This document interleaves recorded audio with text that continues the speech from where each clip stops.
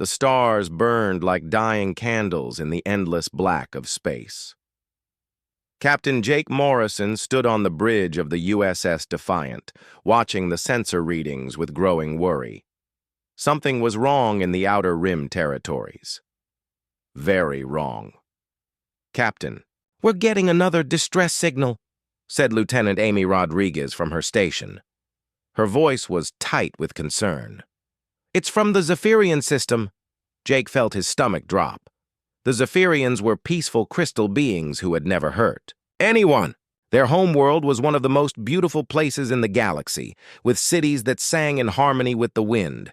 If they were sending distress calls, something terrible was happening. "Put it through," Jake ordered. The bridge speakers crackled. With static, then a voice came through, broken and desperate. "This is Zephyrian Defense Command. We are under attack by unknown forces. Our shields are failing. They're harvesting our people. Please, anyone who can hear this, stay away. Don't come here. They take everything. They leave nothing alive." The signal cut to dead silence. Jake stared at the empty space where the Zephyrian system used to show up on their long-range sensors. Now there was nothing. No ships, no planets, no life signs. Just empty space where millions of beings had lived just days ago. "That's the fourth system this month," Amy said quietly. "First the Altarian colonies, then the Vegan trading posts, then New Geneva, and now the Zephyrians. Something is moving through the Outer Rim, and it's destroying everything in its path." Jake nodded grimly. He had been tracking the pattern for weeks now. Whatever was out there moved fast and struck without warning. No survivors, no witnesses, no trace of what had happened. Entire civilizations were simply vanishing. "Sir, incoming priority message from Earth Defense Command," reported. Communications Officer Paul Davis, on screen. Admiral Lisa Carter appeared on the main viewer. She looked tired, older than her 50 years. The weight of command had always been heavy on her shoulders, but now she looked like she was carrying the whole galaxy. "Jake, I need you to listen carefully," she began. "We've been getting reports from across the Rim territories. Something is out there. Something we've never seen before. Our allies in the Galactic Council are either dead, missing, or running scared." Jake felt a chill run down his spine. The Galactic Council included some of the most advanced species in known space. If they were afraid, humanity was in serious trouble.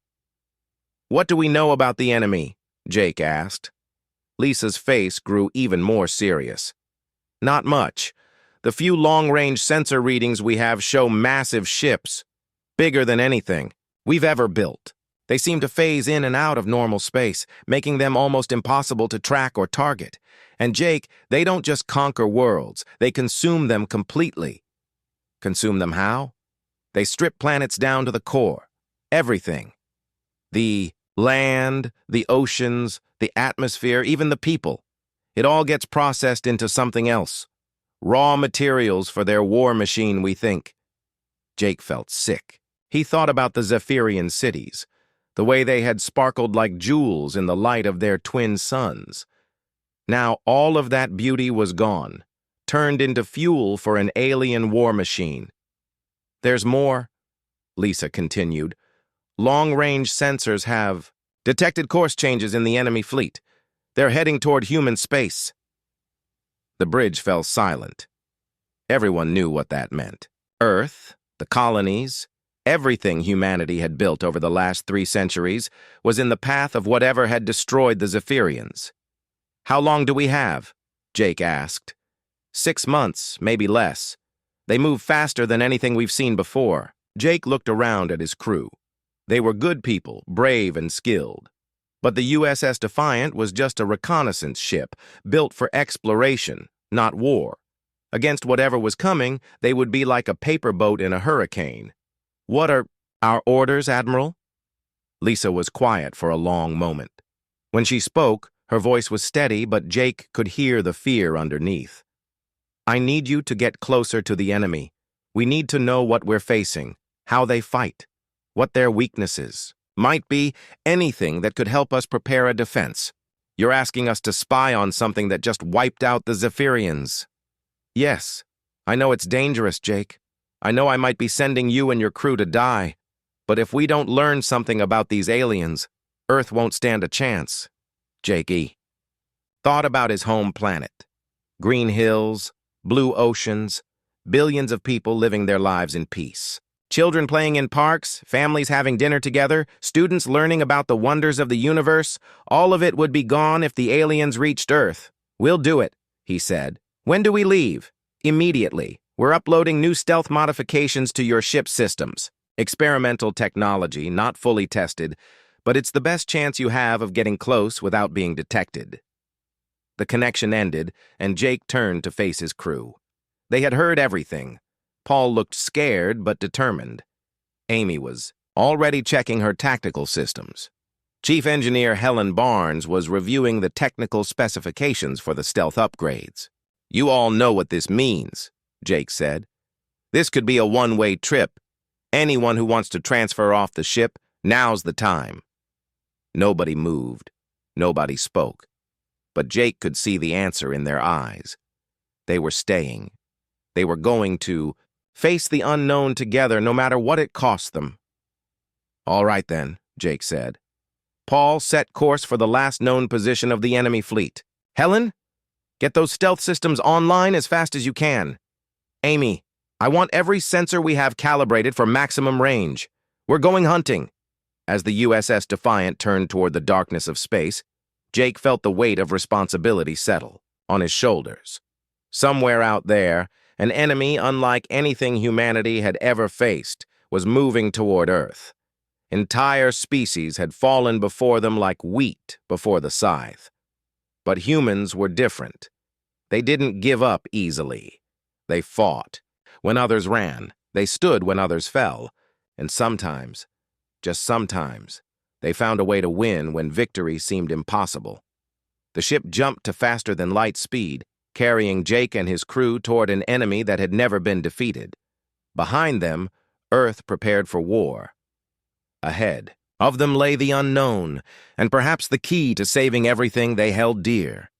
In the cold vastness of space, the hunt was about to begin. In the New Haven Command Center, Lisa Morgan and her people watched the battle above with their mouths open. None of them could believe what they were seeing. The powerful Zephyrian fleet that had terrorized them for weeks was being destroyed by a single human ship. How is this possible? Dr. Amy Johnson whispered. One ship against 50 and we're winning? Captain Steve Davis shook his head slowly. I served in the Earth Defense Forces for 10 years. We never had anything like that ship. Hell, nobody in the galaxy has weapons like that. Jake Peterson was recording everything on his communication equipment. The Zephyrians are calling for help on all frequencies. They're screaming about impossible human technology. On the viewing screen, they watched another Zephyrian cruiser simply disappear. The ship was there 1 second, gone the next. No explosion, no pieces flying away. Just empty space where 800 alien soldiers had been moments before. Kelly, White, was monitoring the battle communications. Captain Marshall is talking to his other ships now. He's sending fighters to help us on the ground. Fighters? Lisa asked. What fighters? They got their answer quickly. Small ships began launching from the huge black vessel above them. But these were not like any fighters the colonists had ever seen. They moved faster than anything should be able to fly inside a planet's atmosphere. Look at them go, Steve said in amazement. Those pilots are pulling maneuvers that should kill them. No human body can handle that kind of acceleration. Fighters streaked down through the sky like falling stars. They were sleek and dark like their mothership, and they moved with perfect precision. As they approached the ground, the Zephyrian soldiers began firing their plasma weapons at them. The plasma bolts had no effect. Just like the big ship above, the fighters seemed to absorb the energy without any damage. They flew through the alien. Fire like it was not even there. Captain Marshall to New Haven Colony, came the calm voice over their communication system. We can see Zephyrian ground forces around your position. Recommend you take cover. We're about to provide close air support. Dr. Amy frowned. Close air support? But those fighters are so small. What can they do against all those alien soldiers? Lisa was about to answer when the first fighter opened fire. The weapon beam that came from it was thin and precise, like a surgeon's knife made of light. It struck a Zephyrian plasma cannon and the weapon simply vanished. Not destroyed or melted. Gone. Incredible, Steve breathed. They're using the same technology as the big ship. The fighters worked together like they were dancing in the sky. They moved around each other without ever getting in the way. Each shot they fired removed exactly what they were aiming at. Alien. Weapons, vehicles, and equipment disappeared one by one. But the amazing thing was what they did not hit. Human buildings were left untouched. The playground where children used to play was not damaged. Even when Zephyrian soldiers were standing next to civilian structures, the fighters found ways to hit only the aliens. How are they doing that? Kelly asked. The precision is impossible. They're hitting targets the size of a person from high in the sky. Jake was listening to the alien communications. The Zephyrian ground commander is panicking. He's ordering his troops to use human civilians as shields. Those monsters, Dr. Amy said angrily. But the fighters adapted immediately. When Zephyrian soldiers grabbed human hostages, the small ship switched to new tactics. They landed and human soldiers came out. But these soldiers were different from normal humans. Look at them move, Steve said. They're faster and stronger than any person should be. And their equipment, the human soldiers carried weapons that looked like they were made of light itself. When they fired, Zephyrian soldiers simply froze in place like statues. They were not dead, but they could not move or speak. They're using non-lethal weapons, Lisa realized. They're capturing the aliens instead of killing them when there are civilians nearby. Within an hour, the battle on the ground was over. The Zephyrian soldiers who were not captured had run to their transport ships and were trying to escape to space. But even those ships were being stopped by the mysterious human fighters. This is impossible, Steve said for the 10th time. 3 weeks we fought those aliens with everything we had. We barely slowed them down. This Captain Marshall and his people finished the job in 1 hour. Above them, the space battle was ending too. Of Admiral Vex's 50 ships, only 15 were left. They were running away as fast as their engines could carry them. The Admiral himself was screaming orders that no one was following. Kelly translated. The alien communications. Admiral Vex is ordering his remaining ships to regroup at the edge of the system, but most of his captains are not listening. They're just running. Can you blame them? Jake asked. They just watched 35 ships get erased from existence. Captain Marshall's voice came over their communication system again. New Haven Colony, this is Captain Marshall. The immediate threat has been neutralized. We are scanning for any remaining Zephyrian forces in your system. Lisa picked up the microphone with shaking hands. Captain Marshall, this is Administrator Morgan. On behalf of everyone at New Haven, thank you. You saved us all. But I have to ask, what is this technology? How did you get here so fast? There was a pause before Marshall answered. Administrator Morgan, let's just say that Earth has been preparing for threats like this. The galaxy is more dangerous than most people realize. But this ship, these weapons, they're decades beyond anything we know about. The frontier colonies are important to us, Administrator Morgan. When you called for help, we came. That's all you need to know right now. Steve looked at Lisa. He's not telling us everything. No, Lisa agreed. But right now, I don't care. Our people are safe. Outside, the colonists were coming out of their shelters. Children ran to find their parents. Families hugged each other and cried with relief. The nightmare that had lasted for weeks was finally over. Dr. Amy was already organizing medical teams to help the people who had been hurt. We'll need to check everyone for injuries and stress. Some of the children might need special care after what they've been through. Jake was still monitoring the communications. The last Zephyrian ships are leaving the system. Admiral Vex is sending a message to his empire about what happened here. What's he saying? Kelly asked. He's warning them about human weapons that can erase matter itself. He's telling them to avoid Earth colonies. Lisa smiled for the first time in weeks. Good. Maybe word will spread and other colonies won't have to go through what we did. Above them, the great black ship called Vengeance hung in the sky like a protective guardian. Its presence changed everything. The colonists were no longer alone and helpless. Earth was watching over them, and Earth was far more powerful than anyone had imagined. Admiral Vex stood on the bridge of his flagship, the Eternal Conquest. His blue skin was darker than usual, which meant he was angry. His large black eyes stared at the human ship on his viewing screen. The bridge crew around him clicked their teeth nervously, a sound Zephyrians made when they were worried. One ship, Admiral Vex said in his own language. Then he switched to English so the humans could understand if they were listening. These Earth creatures send one ship against my entire fleet. They must be insane. Sub-Commander Thek, his second-in-command, studied the readings from their sensors. Admiral, their ship is larger than our biggest cruiser, but size means nothing. We have 50 vessels. They have one.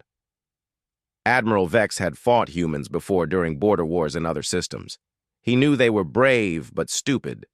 Their technology was weak compared to Zephyrian plasma weapons and energy shields.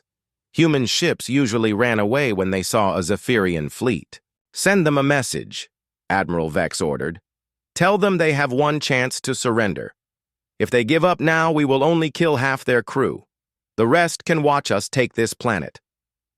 The communication officer sent the message. The answer came, back immediately from Captain Marshall. His voice was calm and steady, like a man discussing the weather. Admiral Vex, you have 30 seconds to withdraw your forces from this system and release all hostages. This is your only warning. The entire bridge crew made the clicking sound again. Some of them started laughing, which sounded like metal scraping against stone. 30 seconds? Admiral Vex repeated. Did this human just give me 30 seconds? He looked around at his crew. How long has it been since someone threatened the Zephyrian Empire? Not in my lifetime, Admiral, Sub-Commander Thek said. Mine either. I think we should teach these humans about respect. Admiral Vex pointed at his weapons officer. Target their engines. Use half power. I want to capture their ship intact so we can study their technology. The weapons officer pressed several buttons. All ships targeting the human vessel, Admiral. Ready to fire on your command. Fire. 50 Zephyrian ships opened fire at the same time. Hundreds of bright plasma bolts streaked through space toward the dark human ship. The energy beams lit up the darkness like deadly fireworks. Each bolt had enough power to destroy a building. Admiral Vex smiled, showing his sharp teeth. In 10 seconds, that ship will be floating dead in space. But 10 seconds passed, and the human ship was still there. The plasma bolts had reached their target. But something impossible had happened. The energy beams simply disappeared when they got close to the ship. They did not explode or bounce off. They just vanished like they had never existed. What happened? Admiral Vex demanded. The weapons officer stared at his controls. Unknown, Admiral. All weapons fired correctly.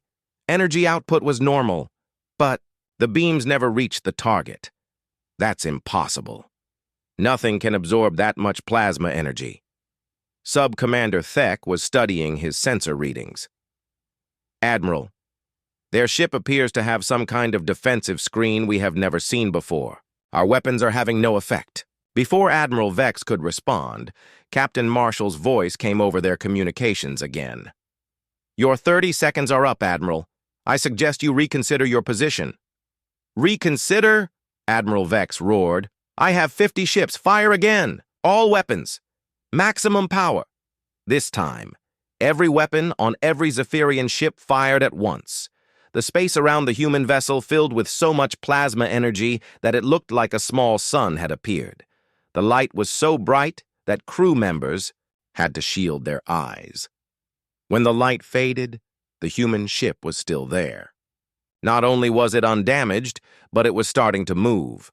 Weapon ports along its hull began to open, revealing technology that made space itself seem to bend and twist. "Impossible," whispered Subcommander Thek. The human ship fired once. The beam that came from its weapons was different from anything the Zephyrians had ever seen. It was not plasma or lasers or missiles. It was something that seemed to cut through the fabric of space itself. The beam hit the Zephyrian cruiser Iron Talon. The ship did not explode. It did not break apart. It simply ceased to exist. One moment it was there with 800 crew members aboard. The next moment there was only empty space. The bridge of the Eternal Conquest went completely silent. No one clicked their teeth. No one made any sound at all. "Where did the Iron Talon go?" Admiral Vex asked quietly. "Unknown, Admiral," the censor officer said. "It is just gone. No debris, no energy signature, nothing." The human ship was moving again, turning to face another Zephyrian vessel. Its weapons were charging with energy that made the space around them shimmer like water.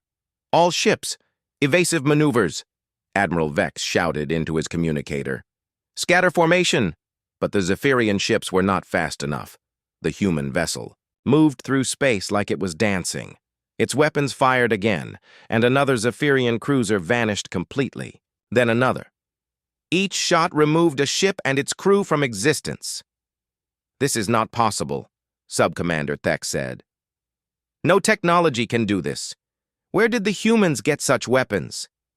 Admiral Vex watched his fleet breaking apart in panic. Ships that had conquered dozens of worlds were running away like frightened children. His crews, who had never known defeat, were screaming orders in terror. "Admiral, the Crimson Death is requesting permission to retreat," the communication officer reported. "Retreat?" Admiral Vex could not believe what he was hearing. "The Zephyrian Empire does not retreat." But even as he said the words, more of his ships were disappearing. The human vessel was not just destroying them, it was erasing them from reality.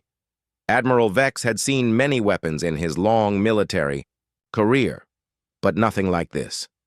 "Admiral, we have lost 12 ships in 3 minutes, Subcommander Thek reported. "If we stay here, we will all be destroyed." On the planet below, the Zephyrian ground forces were watching the battle through their equipment. They could see their mighty fleet being defeated by a single enemy ship. Some of them were already running toward their transport ships. "Ground Commander Krex is requesting immediate evacuation," the communication officer said. Admiral Vex stared at the human ship as it continued its deadly work. Each time it fired, another piece of his fleet disappeared. His dreams of conquering this system were disappearing with them. "Send a message to all ships," he said finally. "Retreat to the edge of the system. We will regroup and—" "Admiral," Subcommander Thek interrupted. "Look, more human ships were appearing from hyperspace, smaller vessels, but with the same impossible technology. They were heading toward the planet to help the ground battle." Admiral Vex realized he was facing something beyond his understanding, something that should not exist. The first light of dawn came through the broken windows of the command center. Lisa Morgan had not slept all night. Neither had anyone else. They all knew this might be their last sunrise. Jake Peterson sat at his communication station with red eyes and shaking hands. He had been sending the distress signal for 4 days without any answer. His coffee cup was empty and cold. His uniform was wrinkled and dirty. "Still nothing," he said to Lisa. "I'm starting to think our equipment is broken. Maybe no one can hear us at all." Captain Steve Davis came back from checking the defenses. His face was grim. "The aliens are getting ready for a final attack. They've brought up their heavy weapons. We have maybe 2 hours before they break through." Dr. Amy Johnson was still working with the wounded. She had run out of proper medical supplies yesterday. Now she was using torn sheets for bandages and water bottles for cleaning wounds. Many people were hurt, but she kept working without stopping. Kelly White looked up from her station where she monitored alien communications. Admiral Vex is giving his final orders. He says if we don't surrender, in 1 hour they will kill everyone. No prisoners this time. Lisa felt the weight of 2,000 lives on her shoulders.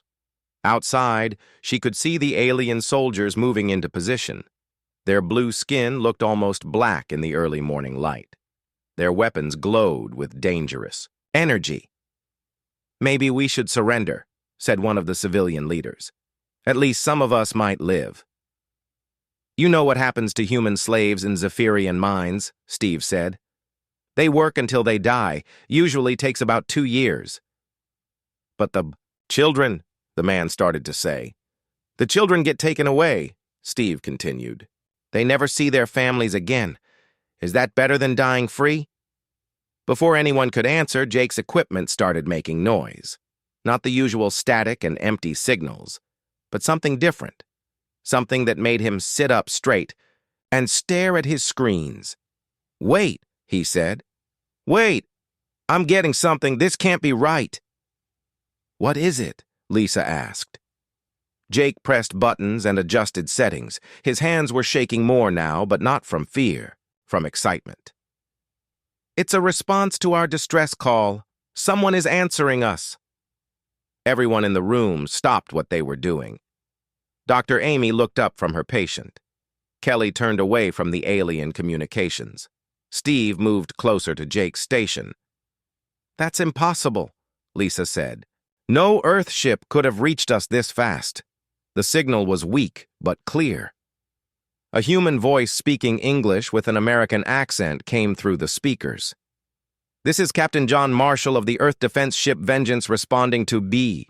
New Haven Colony distress call. We are inbound to your position. Hold your ground. Help is coming." The room went completely silent.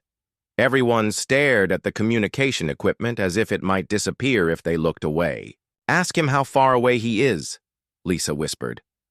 Jake pressed the transmit button with a shaking finger. "Captain Marshall, this is New Haven Colony. What is your estimated time of arrival? We are under immediate threat."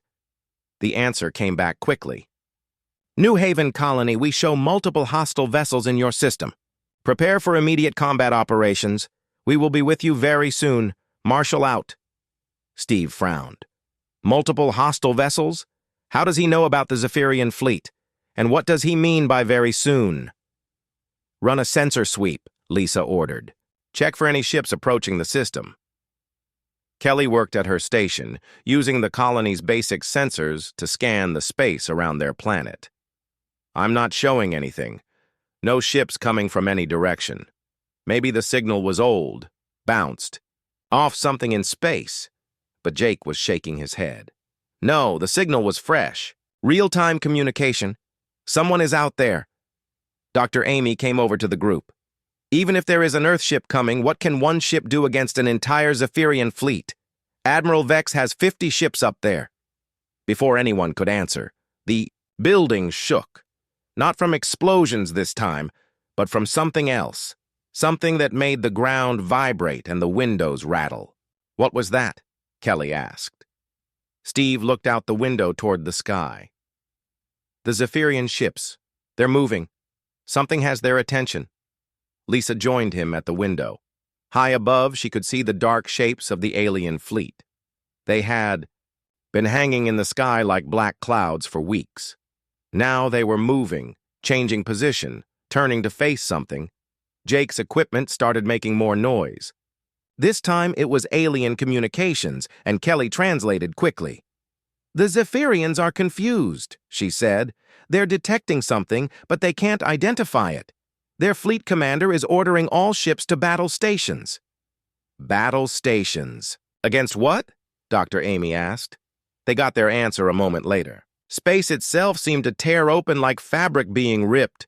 A hole appeared in the sky, dark and swirling, bigger than any of the Zephyrian ships. "That's a hyperspace exit point," Steve said. "But I've never seen one that size." Something came out of the hole in space. At first, it looked like a shadow, darker than the darkness around it. Then the shape became clear, and everyone in the command center gasped. It was a ship, but unlike any ship they had ever seen. It was enormous, bigger than the largest Zephyrian vessel. Its hull was black as night and covered with strange patterns that seemed to move in the light. Weapons jutted out from its sides like the spines of some deadly creature. "By all the stars," whispered Dr. Amy. "What is that thing?" The ship was clearly human in design, but it was like no Earth vessel in any database. It looked advanced beyond anything the colonists knew existed. Its very presence seemed to make the space around it bend and shimmer. "That must be the Vengeance," Jake said in amazement. On the surface, the Zephyrian ground forces had stopped their attack. The blue-skinned soldiers were looking up at the sky, pointing and talking in their alien language. Their weapons were still ready, but they seemed confused and worried. Kelly was listening to more alien communications. "The Zephyrians are trying to contact the ship. They're demanding identification and ordering it to leave the system immediately." "Are they getting an answer?" Lisa asked. "Yes. Captain Marshall is responding to Admiral Vex directly." The human voice came through their speakers, again calm and confident. "Admiral Vex, you have 30 seconds to withdraw your forces from this system and release all hostages. This is your only warning." In the command center, no one spoke. They all stared at the communication equipment and then at the massive ship hanging in space above them. One ship against 50, one human captain against an entire alien fleet. It should have been impossible. It should have been suicide. But somehow Lisa Morgan found herself believing that help had finally come. The red warning lights flashed across the command center walls like angry eyes. Lisa Morgan wiped sweat from her forehead as she stared at the screens showing the destruction outside. 3 weeks ago, New Haven had been a peaceful mining colony, with happy families and busy workers. Now it looked like a war zone. The blue-skinned aliens called themselves the Zephyrian Empire. They had arrived without warning in huge black ships that blocked out the sun. Their leader, Admiral Vex, had given the colonists a simple choice: give up the planet and become slaves or die fighting. Lisa had chosen to fight. Now she was not sure if that had been the right decision. "Ma'am, the eastern wall is breaking," said Jake Peterson from his communication station. His young face was pale and tired. He had not slept in 2 days. "Captain Davis says his men are running out of ammunition." Lisa nodded and looked at the tactical display. Red dots showed where the alien soldiers were attacking.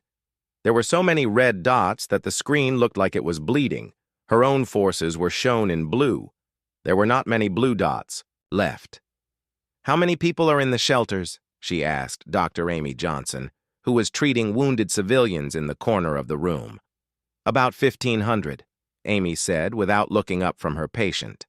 "We lost the northern shelter yesterday when the aliens broke through. I don't know how many people were inside." Lisa felt sick. Those people had trusted her to keep them safe. She had failed them.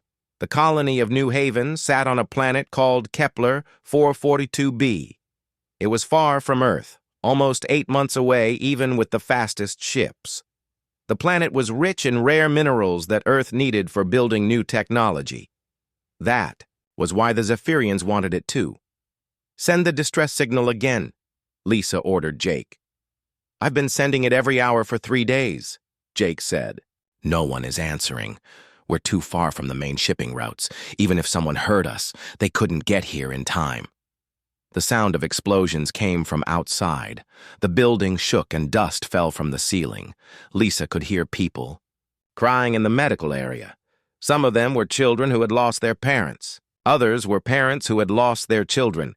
Captain Steve Davis burst through the door. His uniform was torn and dirty. Blood ran down his arm from a plasma burn. "Lisa, we can't hold the perimeter much longer. My men are brave, but we're outnumbered 10-1. Steve had been a Marine before he came to New Haven. He knew about fighting in war. If he said they were losing, then they were losing." "How long do we have?" Lisa asked. "Maybe 6 hours. Maybe less," Steve sat down heavily in a chair.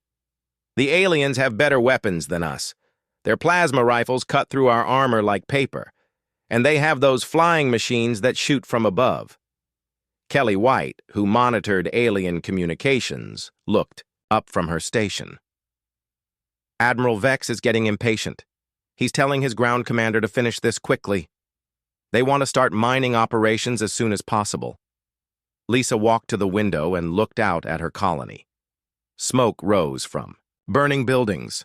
The beautiful gardens that the colonists had planted were now full of holes from explosions. The playground where children used to laugh was empty and broken. "What about the other colonies?" she asked. "Surely someone will send help." Jake shook his head.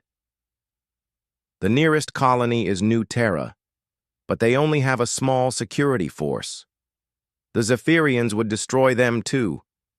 Earth Defense Command is too far away. Even if they sent ships today, it would take months for them to get here." Dr. Amy finished bandaging her patient and came over to Lisa. "We need to think about the children," she said quietly. "If we surrender, maybe the aliens will let them live." "You know that's not true," Steve said. "I've read the reports from other worlds the Zephyrians have conquered. They don't treat humans well. The adults become slaves in the mines. The children are taken away to be raised as servants."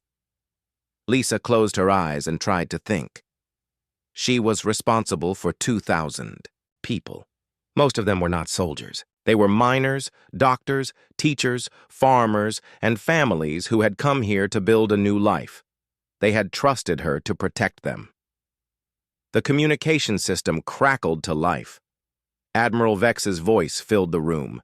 He spoke English with a strange accent that made his words sound cold and sharp. "Administrator Morgan, your time is running out.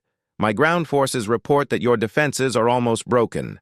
Surrender now, and we will be merciful. Continue to fight, and we will show no mercy to anyone." Lisa picked up the microphone. "Admiral Vex, these people are innocent colonists. They have nothing to do with politics or war. Let them go, and I'll surrender myself." The alien admiral laughed. It was not a pleasant sound. "You misunderstand, human. We do not want just you. We want this world and everything on it. Your people will work in our mines. Your children will serve in our homes. Your knowledge will belong to us. And if we refuse, then you will all die. It makes no difference to us. Dead humans cannot mine, but there are always more humans in the galaxy." The communication ended with a sharp click.